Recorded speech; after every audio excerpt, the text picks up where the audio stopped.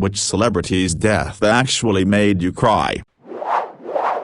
While a lot of them have deeply affected me, Bowie, Robin Williams, Carrie Fisher to name a few others mentioned elsewhere in the thread, and I've definitely let a tear or two slide on some of those when seeing some particular bit of their films or music. Only one made me cry just from the raw news of their death: Jim Henson.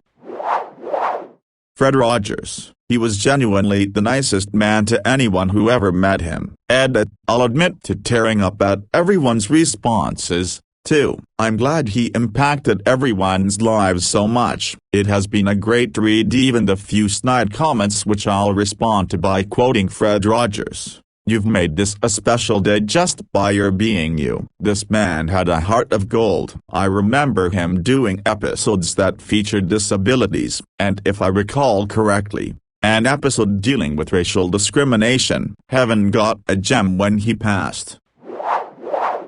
Jim Henson for sure, maybe not a traditional celebrity, but the Muppets, Fraggle Rock. Man, I'm still sad thinking about his death. I was 14 when he died, lifelong Muppets fan. My dad was reading the paper, how quaint, and told me Jim Henson died. I immediately said no he didn't. My dad again confirmed that he died, and I remember yelling no, he didn't. Then I sat down and cried. First time I ever cried over a celebrity death. Jim Henson defined my childhood and I still mourn his passing.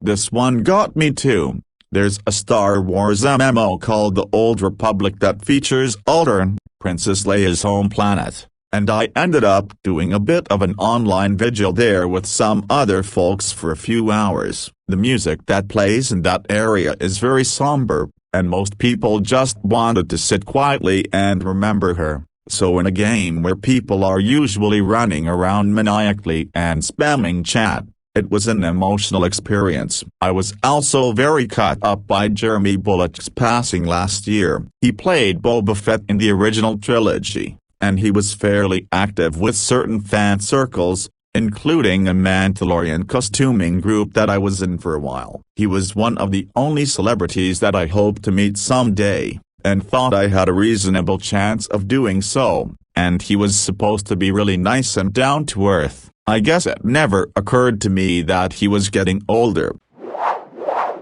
I got to meet him a year or two before the end. He just appeared at a con where I happened to be the guest of honor. Like magic, I had assumed my chance was gone after the diagnosis and I would never meet him. And then he was just there, in a random city 1,000 miles from where I lived. Magic. Real magic. He said my name was beautiful. He shook my hand and said I was beautiful. I will never forget it. Every year when I watch Hog Fatter and make pork pies, I remember that even if I am a waste of skin with a garbage soul, Terry Pratchett once said I was beautiful. So I should go on.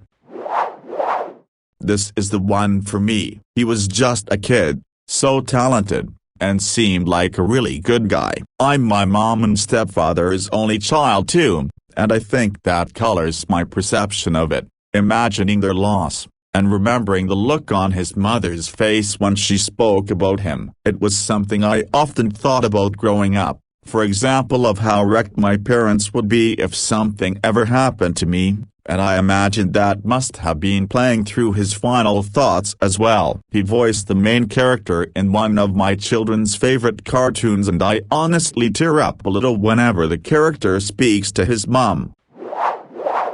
I'm a chef and his impact on pretty much everyone in my industry is immeasurable. Kitchen Confidential is easily the most impactful book for most all of us. The most amazing way of translating and speaking about food, chef culture. His shows had an amazing way of highlighting other cultures and the way food brings people together no matter where you are from, and showing that a lot of our differences are purely cosmetic. That day was easily the quietest day I've ever spent in a professional kitchen in my life. Everyone was just silent and upset.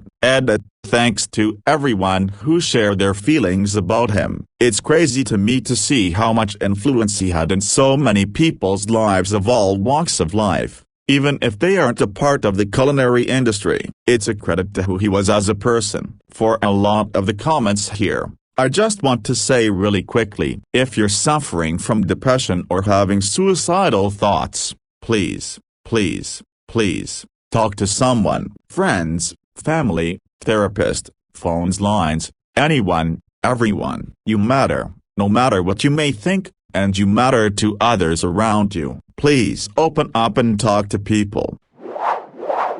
Stan Lee. I have been reading his comics since the late 80s. He has always been a part of my life, and his philosophies really impacted my growth as a person. I remember watching Mallrats and being amazed, because who the hell would think to have Stan cameo? Besides one of my people, I guess. I know it's not all rainbows and poppies. I know about the issues with Jack Kirby and whatnot, and I get it, but Stan was the figurehead of comics for a long time. I was so glad he was able to live to see his characters properly brought to life. Those of you old enough to remember the older attempts will understand, given his age, and the reports. I hope he understood it all. At the end, Excelsior. Freddie Mercury. It was really hitting hard at the time in my life, and I still remember when I heard the news in the car stereo of someone giving me a lift. We were both in tears, and it was one of the saddest moments I had ever had back then, not to mention when I had a chance to go to one of the first Queen concerts after that. Paul Rodgers tour, when Brian May played Love of My Life all alone out there on the catwalk. I could not hold back the tears. Still, Ed, wow, thank you for all the comments and awards. I did not expect this.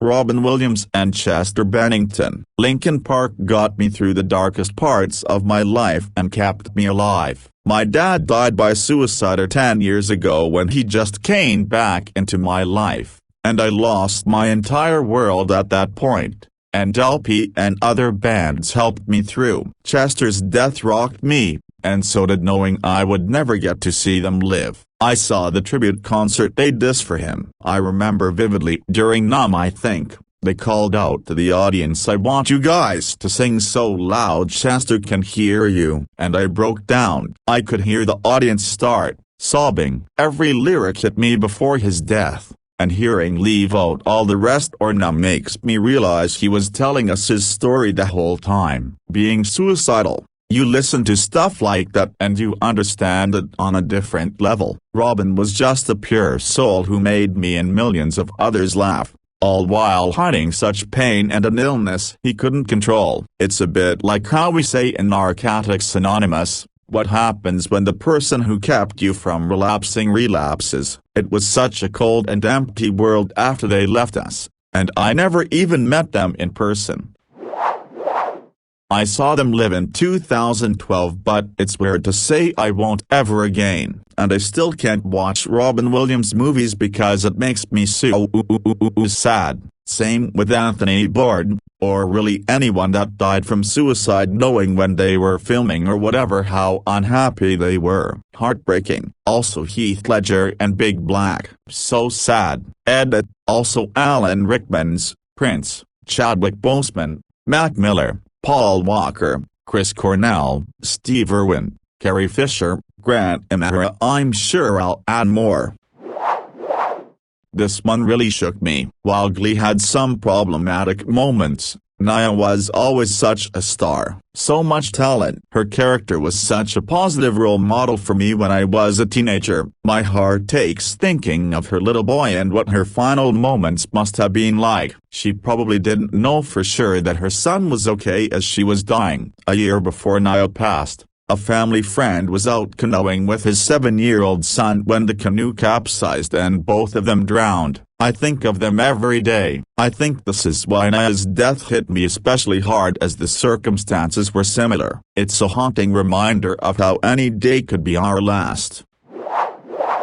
Alex Trebek. My immigrant family used to watch Wheel of Fortune and Jeopardy religiously. He was always on TV when I was alive, and hearing how he died really broke me. Just on his back porch swing with his wife as he went. It made me really think that one day, It will be your last day. And what you wear that day, everything you do, what coffee or breakfast you had or whatever, is going to be your last. And that's it. And just the way he went out was so beautiful. Edit. Thank you all so much for your comments and the awards. I went to have a beer and this blew up. To clarify, I am still alive. I meant to say, my whole life he's been around, but I apparently need some English lessons, hahaha. And to the person who had a problem with me saying my immigrant family, I want to clarify, I come from a family of immigrants who worked hard their entire lives and continue to, and they worked very hard to learn English, and game shows is what they would watch to help them learn. So these shows remind me of being with my family too. Michael Collins's death just a week or two ago was a tough one for me. For those who don't know, Collins was a part of the Apollo 11 mission that put the first man on the moon. But while Neil Armstrong and Buzz Aldrin were so famously walking on the moon, Collins remained in lunar orbit with a spacecraft that would return them to Earth. I'm a huge nerd about all things space, but especially the early days of NASA. From their first man launches to the final lunar landings, I've collected quite a few autobiographies from astronauts and mission controllers of that era, and Collins's book, Carrying the Fire, is my favorite. He had such a unique perspective of one of the greatest moments in human history, and he told it in an incredible way. I've had the honor to meet several more modern astronauts from the shuttle days, as well as engineers who designed and built the Saturn V rocket that sent us to the moon. But I've not yet had the opportunity to meet an Apollo astronaut. With Collins's recent passing, there are now only 10 living people who have been to the moon, just 4 of whom actually set foot on it. I'm still quite young, and so I'm confident that I'll live to see the next generation return to the moon and possibly beyond. But until that day, we have very few people remaining who have been to the outer reaches of humanity's capabilities of exploration. And although their stories are recorded in various ways, a piece of the story always dies with the author. Very similarly, I was incredibly saddened by John Glenn's death several years ago. He was the first American to orbit the Earth. He died in 2016, a year where we lost many beloved celebrities, and he died on my birthday.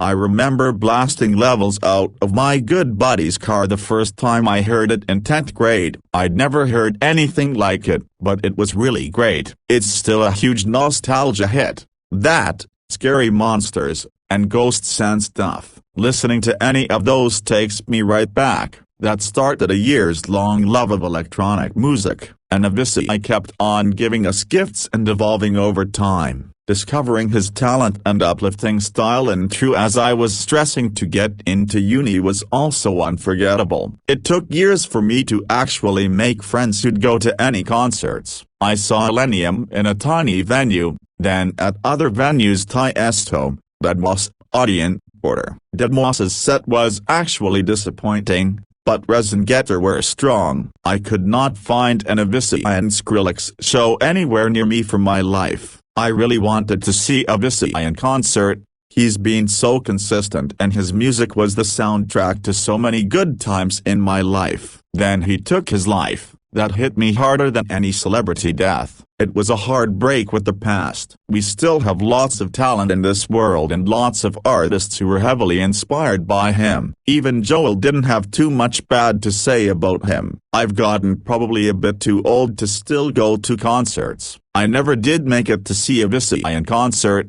but I'm happy I got to see so much talent he worked with and inspired in the EDM world. It's a bit close to home how he died too. I've had my own issues with depression. It's a bitch and it can ruin anybody. Avicii dying to suicide showed me that it has such a power to cause grief. Even people who never met him felt it. It certainly caused him a lot of grief too. It's hard to say, it's never an answer, but it's always a gut-wrenching one. Most often it's a permanent solution to temporary problems. It's not easy to fight it, but it's worth reaching out if you are fighting it.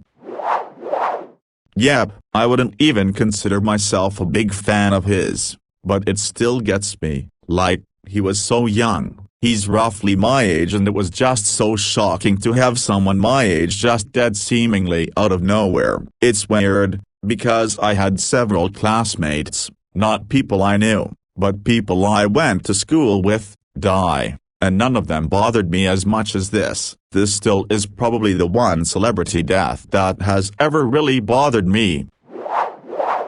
This is mine. Not really a big fan because I'm old, and I imagine most Redditors are probably too old to be super familiar, but I have a 7-year-old daughter who is obsessed with The Descendants. He died right before the third movie premiered, and it broke my little girl's heart. I cried right with her watching the tribute Disney made for him. It was so sad, and I just thought of his poor family.